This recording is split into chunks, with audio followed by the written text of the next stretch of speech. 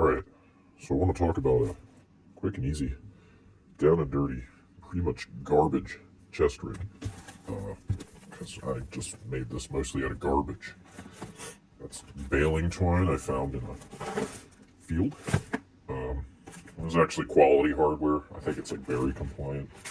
Fastex ITW buckles, split bar, and Siamese silk clips and turnbuckles. But I'm pretty sure I've never bought anything off of Temu or whatever Alibaba derivative is out there now.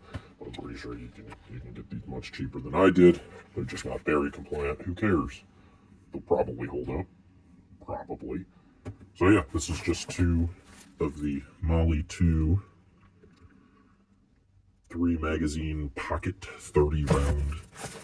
They call these like panels. They're not the bandoliers. They do have Molly, and yeah. This one is UCP. This one's multicam. But I think the multicam's a little more expensive than the UCPs. I would just get the UCPs, hit it with some camo spray paint, get some stripes or something, a couple colors, brown, darker green, and it actually makes a nice camouflage because it gets depth, because you have light underneath of dark, which gives it sort of a depth appearance, which is good, instead of just more of a flat.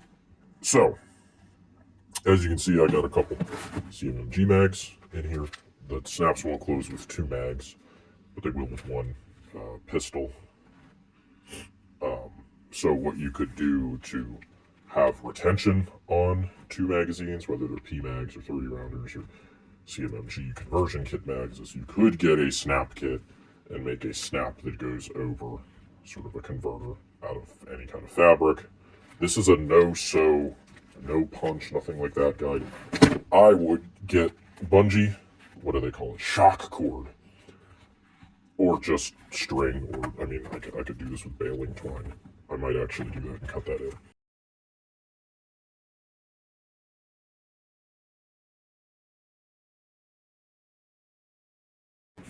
And just have it go over, and then you just push the loop out of the way. Almost closes with the pistol, just barely doesn't. A different pistol, it might actually close over.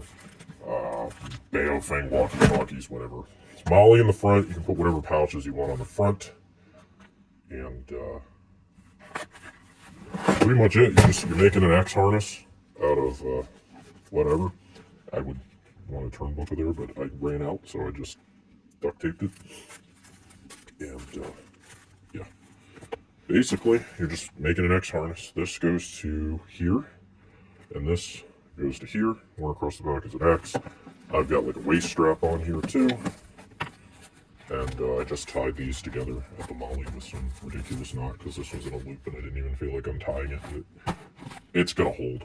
I mean, that knot's a little big, and it might push into you. You might get a better. It doesn't matter. Paracord, the shoelace, does not matter. Yeah, so it's not even worth me going out and wearing it, but it's gonna hold up. You can offset these a little bit. Split fronts are also popular. A couple extra buckles. Yeah, see, that might need kind of duct tape so it can't shift over here, but while you're wearing it, it's not going to go anywhere probably. It's going to get pushed outside by your body, so it should be fine. But what you could do is kind of the same thing I've done here, but do it inside of here with a male and a female split bar, and then you can open it at the front if you want. And yeah, that's the probably the cheapest chest rig, short of a Chi-Com, that you are going to. You might even be able to do this for cheaper than a Chi-Com if you cheap out on the hardware, or have just stuff laying around that you can use or salvage off of other broken or cheap whatever gear. Big borrow steel. Anyway, that's that.